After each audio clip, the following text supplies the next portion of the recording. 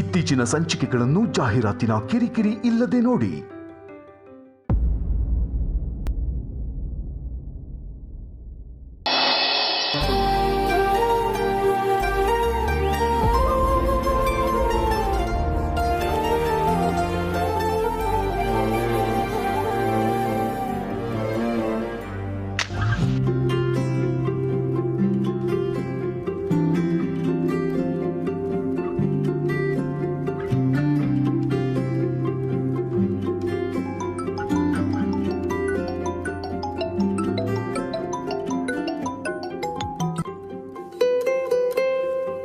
Hello Madhav ಅವರೇ,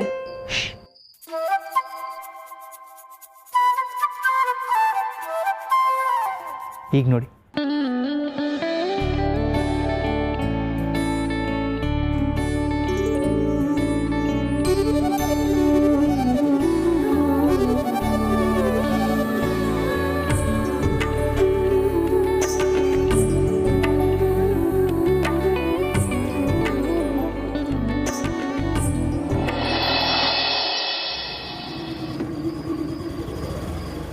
ಇಲ್ಯಾಕೆ ಸಂಧ್ಯಾ? ಪಾನಿಪುರಿ ಅಂಗಡಿ ಮುಂದೆ ಯಾಕೆ ನಿಲ್ಲಿಸ್ತಾರೆ? ಬನ್ನಿ 2 ಪ್ಲೇಟ್ ಪಾನಿಪುರಿ ತಿನ್ನೋಣ. ಪಾನಿಪುರಿನ ಇವತ್ತಾದ್ರೆ ಯಾವ್ದಾದ್ರು ಒಳ್ಳೆ ಹೋಟ್ಲೆ ತಿನ್ಬೋದಿತ್ತಲ್ಲ ಸಂಧ್ಯಾ. 2,000 ರೂಪಾಯಿ ಮೇಲಿದೆ ಅಂದೆ ನಿಮ್ಮಮ್ಮ ಕೊಟ್ಟಿದ್ದು. ಹೌದು, ಅವ್ರು ಕೊಟ್ರು ಅಂತ ನಾವೆಲ್ಲ ಖಾಲಿ ಮಾಡಿ ನಾಮ ಹಾಕೋಬೇಕಾ? ಏನ್ ಹೇಳ್ತಿದ್ದೆ ಸಂಧ್ಯಾ? ನೋಡ್ರಿ, ನಮ್ ಹೆಂಗಸ್ರಿಗೆ 100 ಖರ್ಚಿರುತ್ತೆ. ಶಾಂಪು ಖಾಲಿ ಆಗಿ 2 ವಾರ ಆಯ್ತು. ಬಟ್ಟೆ, ಕಂಡೀಷನರು, ಅದು ಇದು ಅಂತ ಸುಮಾರು ಖರ್ಚಿರುತ್ತೆ. ನಿಮ್ಮ ಅಪ್ಪ ಅಂತೂ ಒಂದೊಂದು ಪೈಸೆಗೂ ಲೆಕ್ಕ ಕೇಳ್ತಾರೆ. ನನಗೆ ಹೇಳ್ಬೇಕಲ್ವಾ ನೀನು? ನಿಮಗೆ ಹೇಳ್ಬಿಟ್ರೆ ಕೊಟ್ಬಿಡ್ತೀರಾ? ನಿಮ್ ದುಡ್ಡನ್ನ ಮುಟ್ಟೋಕ್ಕೂ ಬಿಡಲ್ವಲ್ಲ ನಿಮ್ಮಪ್ಪ. ನಾ ಇನ್ನೇನ್ ಮಾಡ್ಲಿ? ಅಲ್ಲಿ ಇಲ್ಲಿ ಹೀಗೆ ದುಡ್ಡು ಸಿಕ್ಕಾಗ ನನ್ನ ಖರ್ಚನ್ನ ನಾನೇ ನೋಡ್ಕೊಳ್ತೀನಿ. ಅಲ್ಲ ಸಂಧ್ಯಾ, ಇವತ್ತಾದ್ರೂ ಒಂದು ಒಳ್ಳೆ ಹೋಟ್ಲಿಗೆ ಹೋಗಿ ಊಟ ಮಾಡ್ಬೋದಲ್ವಾ? 500 ರೂಪಾಯಿ ಒಳಗೆ ಬಿಲ್ ಆಗುತ್ತೆ. ಮಿಕ್ಕಿದ್ ನೀನೇ ಇಟ್ಕೋ. ಏನು ಬೇಕಾಗಿಲ್ಲ, ನಾನು ಹೇಳಾಯ್ತಲ್ಲ. ಬನ್ನಿ 2 ಪ್ಲೇಟ್ ಪಾನಿಪುರಿ ತಿನ್ನೋಣ. ಬೇಕಿದ್ರೆ 2 ಪ್ಲೇಟ್ ಎಕ್ಸ್ಟ್ರಾನೇ ತಿನ್ನೋಣ. ನಡೀರಿ. 2 ಪ್ಲೇಟ್ ಪಾನಿಪುರಿ. ಸ್ವಲ್ಪ ಖಾರ ಕಮ್ಮಿ ಇರ್ಲಿ.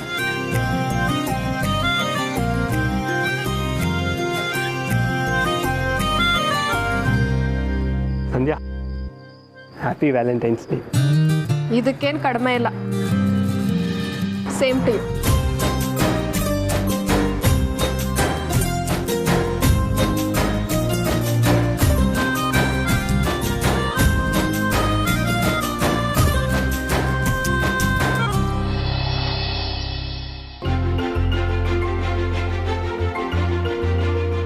ಹೇಗಾಗಿದೆ ತುಳಸಿಯವರೇ ಅರೇಂಜ್ಮೆಂಟ್ಸು? ತುಂಬ ಚೆನ್ನಾಗಿದೆ ಮಾಧವ್ ಅವರೇ. ನೀವು ಕಳಿಸಿದ ಫೋಟೋ ನೋಡಿದೆ, ಎಲ್ಲರ ಮುಖದಲ್ಲೂ ಖುಷಿ ಎದ್ದು ಕಾಣ್ತಾ ಇದೆ. ಪೂರ್ಣಿ ತುಂಬ ಮುದ್ದಾಗಿ ಕಾಣ್ತಾ ಇದ್ದಾಳೆ. ಅಷ್ಟು ಕಡಿಮೆ ಟೈಮಲ್ಲಿ ಎಷ್ಟೆಲ್ಲ ಮಾಡಿಬಿಟ್ರಿ. ಮಾಡಿಬಿಟ್ರಿ ಅಲ್ಲ, ಮಾಡಿಬಿಟ್ವಿ ಅನ್ನಿ. ನೀವು ಎಷ್ಟೋ ಪ್ಲ್ಯಾನ್ ಮಾಡಿಕೊಟ್ರಿ, ಸಾಲದಕ್ಕೆ ಹಲ್ವಾ ಮಾಡಿಕೊಟ್ರಿ. ಎಲ್ಲದಕ್ಕಿಂತ ಹೆಚ್ಚಾಗಿ ಸಿರಿ ಸಮರ್ಥ್ಗೆ ಡೌಟ್ ಬರ್ದಿರೋ ಹಾಗೆ ನೋಡ್ಕೊಂಡ್ರಿ. ಒಟ್ಟಿನಲ್ಲಿ ಸರ್ಪ್ರೈಸ್ ಆಗೇ ಇರೋ ಹಾಗೆ ಮಾಡಿದ್ರಿ. ಶ್ರೇಯಸ್ ಎಲ್ಲ ಬೇರೆಯವ್ರ ಜೊತೆ ಹಂಚ್ಕೊಳ್ಳೋದು ನಿಮ್ಮ ದೊಡ್ಡ ಗುಣ ಮಾಧವ್ ಅವರೇ. ಅಯ್ಯೋ, ದೊಡ್ಡ ಮಾತು. ನೀವೇನು ಊಟ ಮಾಡ್ತಾಯಿದ್ದೀರಾ? ಮಾವ ಬೇಗ ಊಟ ಮಾಡ್ಕೊಂಡು ಆಚೆ ಹೋದ್ರು. ಪಾಪು ಸಿರಿ ಅಲ್ಲಿ. ಕರೆಂಟ್ ಬೇರೆ ಇಲ್ಲ. ಈಗ ತಾನೇ ತಟ್ಟೆಗೆ ಹಾಕೊಂಡು ಬಂದು ಕೂತ್ಕೊಂಡೆ, ಅಷ್ಟರಲ್ಲಿ ನಿಮ್ಮ ಫೋನ್ ಬಂತು. ಹಾಗಾದರೆ ನಾನು ಡಿಸ್ಟರ್ಬ್ ಮಾಡಿದೆ ಅಂತ ಆಯಿತು. ಅಯ್ಯೋ, ಖಂಡಿತ ಇಲ್ಲ. ಮಕ್ಕಳೆಲ್ಲ ಊಟ ಮಾಡ್ತಾ ಇದ್ದಾರೆ ಅಂದ್ರಿ. ನಿಮ್ದು ಊಟ ಆಯ್ತಾ? ಮಾಡಬೇಕೀಗ. ಒಬ್ರೇನಾ? ಇಲ್ಲ, ಫ್ರೆಂಡ್ಗೆ ವಿಡಿಯೋ ಕಾಲ್ನಲ್ಲಿದ್ದಾರೆ. ಊಟಕ್ಕೆ ಕಂಪನಿ ಕೊಡ್ತಾರೆ.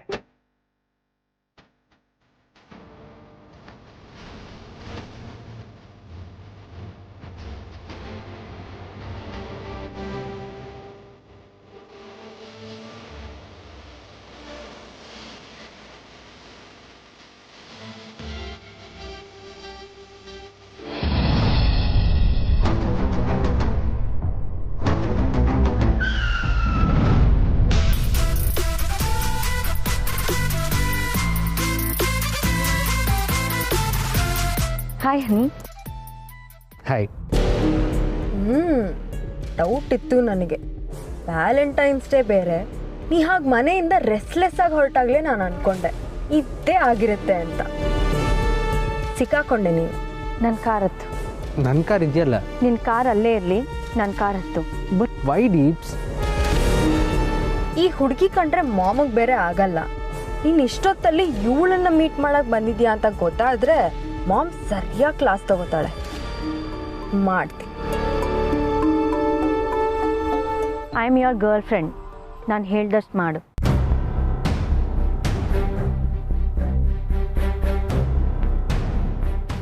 ಅರೆ, ಇವರಿಬ್ರು ಎಲ್ಲಿಗೆ ಹೋಗ್ತಿದ್ದಾರೆ?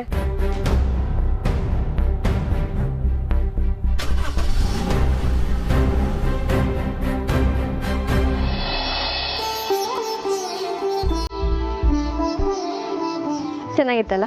ತುಂಬ ಚೆನ್ನಾಗಿತ್ತು. ಎಷ್ಟು ಬ್ಯೂಟಿಫುಲ್ ಆಗಿ ಮಾಡಿದ್ದಾರೆ.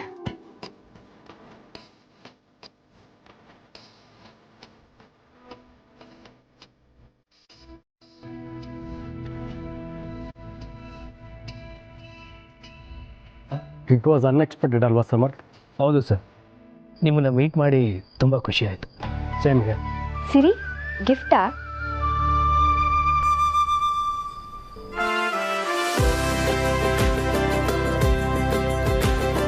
ವಾವ್, ತುಂಬ ಚೆನ್ನಾಗಿದೆ.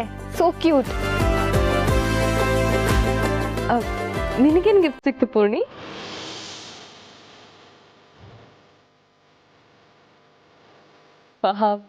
ಸಖತ್ತಾಗಿದೆ Poorni. It's so beautiful. In fact ಹುಡುಗಿರಿಗೆ ಜ್ಯುವೆಲ್ರಿ ಕೊಟ್ಟರೆ ಇಷ್ಟ ಆಗತ್ತಂತ ಐಡಿಯಾ ಕೊಟ್ಟಿದೆ ನಿಮ್ಮ ಯಜಮಾನ್ರು. ಹ್ಞೂ, ಪರವಾಗಿಲ್ಲ. ಹುಡುಗಿರ್ನ ಚೆನ್ನಾಗಿ ಅರ್ಥ ಮಾಡ್ಕೊಂಡಿವಿ. ಮತ್ತು 3 ವರ್ಷದಿಂದ ಅರ್ಥ ಮಾಡಿಸ್ತಾ ಇದೆಯಲ್ಲ. ಎನಿವೇ ಸಮರ್, ನಿಮ್ಮಿಂದಾಗಿ ನಂಗೆ ಒಳ್ಳೆ ಗಿಫ್ಟ್ ಸಿಕ್ತು. Thank you. ಹಾಂ, ಇನ್ನೊಂದು ಗುಡ್ ನ್ಯೂಸ್ ಪೂರ್ಣಿ. ನನ್ನ ಹೊಸ ಪ್ರಾಜೆಕ್ಟ್ ಬಗ್ಗೆ ಹೇಳ್ತೀನಲ್ಲ, ಅದೇ ಅಹೂಜಾ ಕಂಪನೀಸ್. ಆ ಪ್ರಾಜೆಕ್ಟ್ನ ಸಮರ್ಥ್ ಲೀಡ್ ಮಾಡ್ತಾರೆ. All thanks to you sir. It's because of your talent Samar. Thanks sir. Poorni, ಹೊರಡೋಣ? ನಾವು ಹೊರಡೋಣ ಅಲ್ವಾ ಸಮರ್? ಹೋಗ್ತಾ ಮಾಧವ್ ಸರ್ಗೆ ಥ್ಯಾಂಕ್ಸ್ ಹೇಳಿ ಹೋಗೋಣ. ನಮ್ಮ ವ್ಯಾಲೆಂಟೈನ್ಸ್ ಡೇ ಎಷ್ಟು ಬ್ಯೂಟಿಫುಲ್ ಆಗಿರೋದಕ್ಕೆ ಅವರೇ ಕಾರಣ.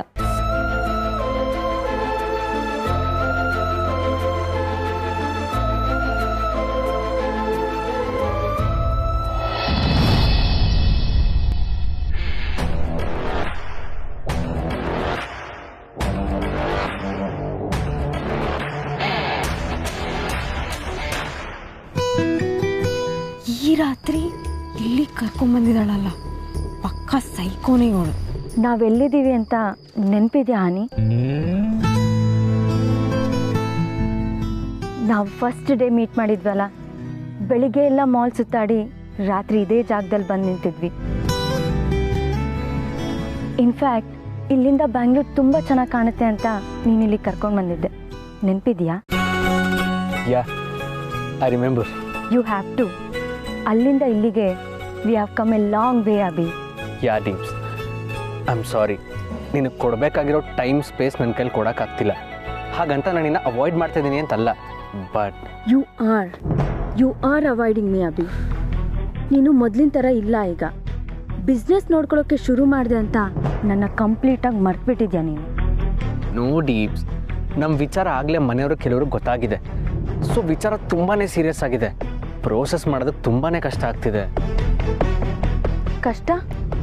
ಏನು ಕಷ್ಟ? ಕಷ್ಟ ಆಗ್ತಿದೆ ಅಂತ ನನ್ನ ಬಿಟ್ಬಿಡ್ತೀಯಾ ನೀನು? ಹಾಗಲ್ಲ ಡೀಪ್ಸ್, ನನಗೆ ನಿನ್ನ ಮೇಲೆ ಪ್ರೀತಿ ಇಲ್ಲ ಅಂತಲ್ಲ, ಆದರೆ ಇವತ್ತಿದೆಲ್ಲ ಬೇಕಾ? ಈ ಡಿಸ್ಕಷನ್ನ ನಾವು ಇನ್ನೊಂದಿನ ಇಟ್ಕೊಳ್ಳೋಣ. ಸದ್ಯಕ್ಕೆ ಬಾಯಲ್ಲಿ.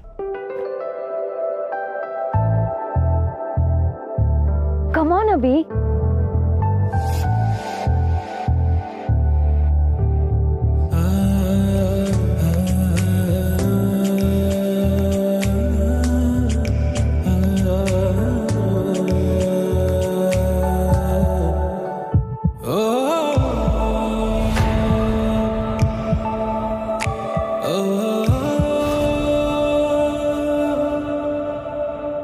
Will you marry me?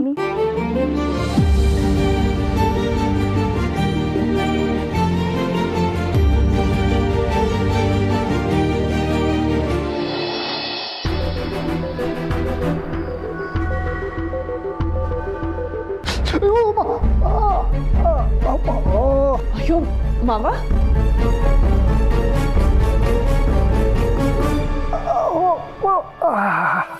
ಅಯ್ಯೋ ಮಾವ ಹುಷಾರು, ತುಂಬಾ ಏಟ್ ಬಿತ್ತಾ? ನೆಗೆದು ಬಿತ್ತು. ಈ ಕರೆಂಟ್ನವ್ರಿಗೆ ಬಿಲ್ ಕೊಡೋವಾಗಿರೋ ಶಿಸ್ತು ರಾತ್ರಿ ಕರೆಂಟ್ ತೆಗಿಬಾರ್ದು ಅನ್ನೋದು ಗೊತ್ತಾಗಲ್ವಾ? ಮಾವ ನೋವಾಗ್ತಾ ಇದೆಯಾ? ಉಪ್ಪಿನ ಶಾಖ ಕೊಡ್ಲಾ? ಬೇಡ ಬೇಡ, ಅದೆಲ್ಲ ಏನು ಬೇಡ.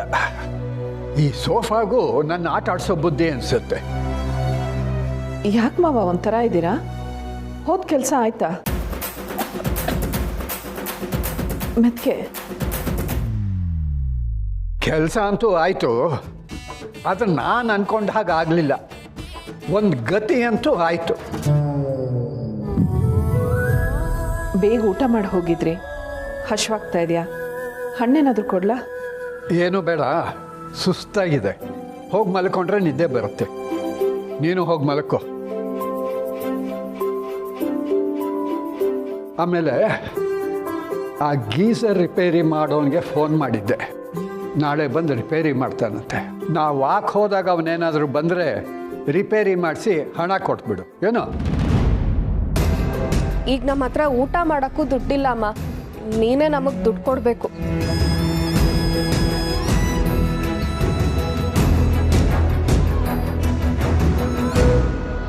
ನಾ ಹೇಳಿ ಕೇಳಿಸ್ತಾ?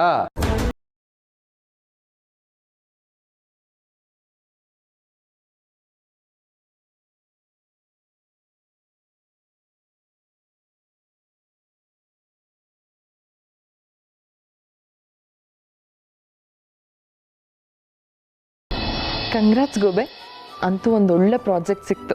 I am so proud of you. Valentine's day ದಿನ ಒಳ್ಳೆ ಗಿಫ್ಟ್ ಸಿಕ್ತು. Thanks boss. ಅವಿನಾಶ್ ಸರ್ ಇಂದಿದ್ದೆಲ್ಲ ಆಗಿತ್ತು. Is nice person.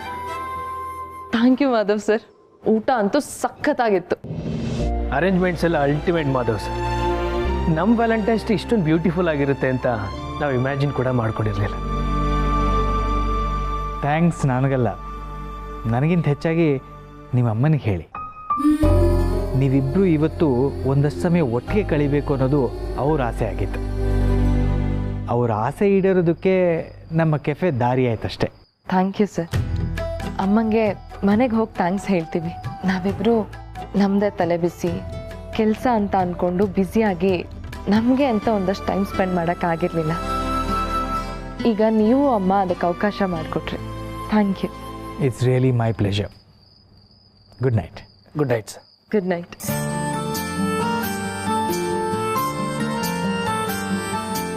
ಗಿಫ್ಟ್ ಇಷ್ಟ ಆಯ್ತಾ ಪುಣ್ಯ? ಇಷ್ಟ ಆಯಿತು. ಆದರೆ ಇದಕ್ಕಿಂತ ಇನ್ನೂ ಒಂದು ಗಿಫ್ಟ್ ಕೊಟ್ಟಿದ್ದರೆ ಇನ್ನೂ ಖುಷಿ ಆಗ್ತಿತ್ತು. ಇನ್ನೊಂದು ಗಿಫ್ಟಾ? ಯಾವ್ದು ಹೇಳಿ ಪುಣ್ಯ? ನಿನಗಿಲ್ಲ ಅಂತೀನಾ? ಈಗಲೇ ತರಿಸೋ ವ್ಯವಸ್ಥೆ ಮಾಡ್ತೀನಿ. ರೀ, ನಾನು ಕೇಳಿದ ನಿಜವಾಗ್ಲೂ ಕೊಡ್ತೀರಾ? ನಿನಗಿಲ್ಲ ಅಂತೀನಾ? ಏನು ಬೇಕು ಹೇಳು? ಮಾವ ಒಂದು ನಿಮಿಷ ರೀ, ನೀವು ನನಗೆ ಕೊಡಬೇಕಾಗಿರೋ ಗಿಫ್ಟ್ ಏನು ಗೊತ್ತಾ? ಮಾವ ನನ್ನ ಜೊತೆ ಮೊದಲಿನ ಥರ ಮಾತಾಡಬೇಕು. ಅವ್ರು ನನ್ನ ಜೊತೆ ಮಾತಾಡಬಾರ್ದು ಅಂತ ನೀವು ಹಾಕಿರೋ ಕಂಡೀಷನ್ನ ತೆಗೆದ್ರೆ ಅದೇ ನನಗೆ ಕೊಡೋ ದೊಡ್ಡ gift.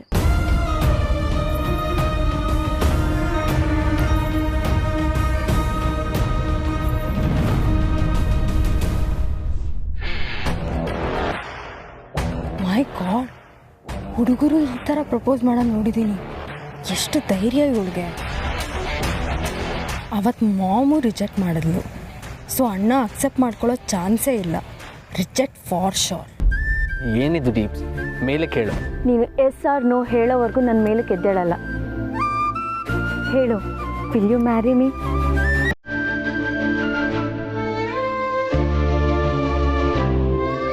S Deeps, I will marry you.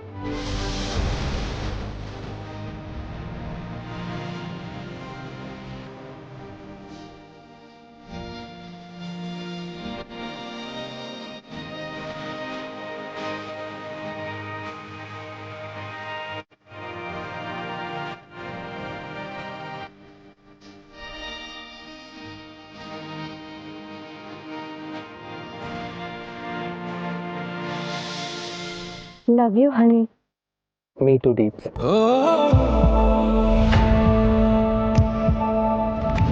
So mom ಹೇಳಿದ ಮಾತನ್ನ ಇವನು ಸೀರಿಯಸ್ ಆಗಿ ತಗೊಂಡೇ ಇಲ್ಲ. ಅದು ಹೇಗೆ ಒಪ್ಕೊಂಡ? ಮಾಮಿಗೇನಾದರೂ ಈ ವಿಷಯ ಗೊತ್ತಾದರೆ ನನಗೆ ದುಡ್ಡು ಕೊಡಲ್ಲ ಅಂದೆ ಅಲ್ವಾ? ಮನೆಗೆ ಬಾ ಇದೆ ನಿಂಗೆ.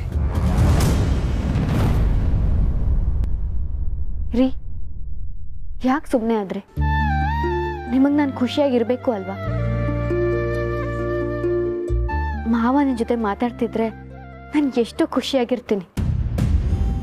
ಅವ್ರು ನನ್ನ ಜೊತೆ ಮಾತಾಡಿಲ್ಲ ಅಂದರೆ ನಮ್ಮಪ್ಪ ನನ್ನಿಂದ ದೂರ ಹೋಗ್ತಿದ್ದಾರೆ ಅಂತ ಅನ್ಸುತ್ತೆ.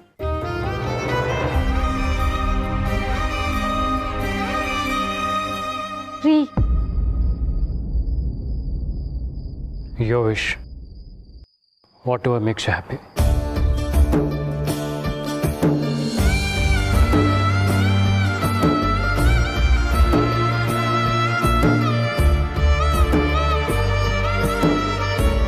ಮಾವ,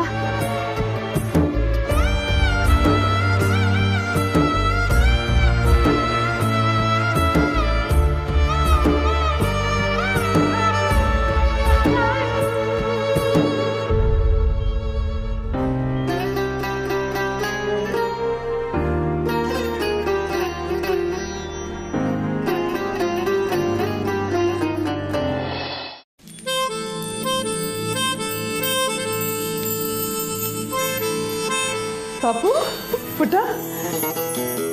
ಅಮ್ಮ, ತಾತ ಮಲ್ಕೊಂಡ್ರಾ? ಮಲ್ಕೊಂಡ್ರು. ಹೇಗಿತ್ತು ಎಲ್ಲ? ಊಟ ಚೆನ್ನಾಗಿತ್ತಾ? ಹಲ್ವ ಹೇಗಿತ್ತು?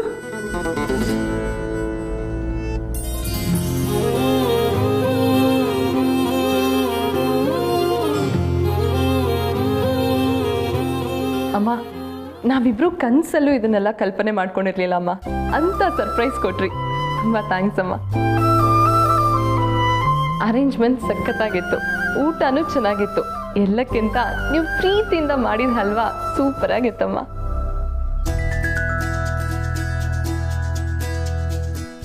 ನಿಜ ಅಮ್ಮ, ನಿನಗೆ ಇಷ್ಟೊಳ್ಳೆ ಟೇಸ್ಟ್ ಇತ್ತಾ?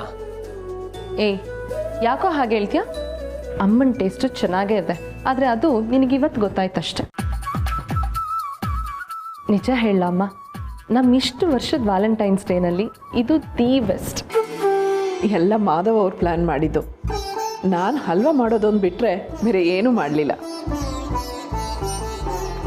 ಮಾಧವ್ ಸರ್ಗೆ ಥ್ಯಾಂಕ್ಸ್ ಹೇಳಿದ್ರೆ ಎಲ್ಲ ಕ್ರೆಡಿಟು ನಿನಗೆ ಸಿಗಬೇಕು ಅಂತಂದ್ರು. ಬಸ್ಸು ನಿದ್ದೆ ಬರ್ತಾ ಇದೆ, ಹೋಗೋಣ ಬಾ. ಅಮ್ಮ, ಗಿಫ್ಟ್ ತುಂಬ ಚೆನ್ನಾಗಿತ್ತು.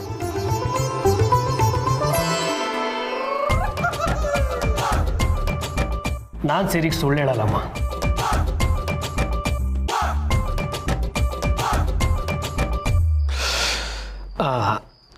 ಎಲ್ಲ ಅರೇಂಜ್ಮೆಂಟ್ ಮಾಡಿದ್ದಕ್ಕೆ ಥ್ಯಾಂಕ್ಸ್ ಅಮ್ಮ.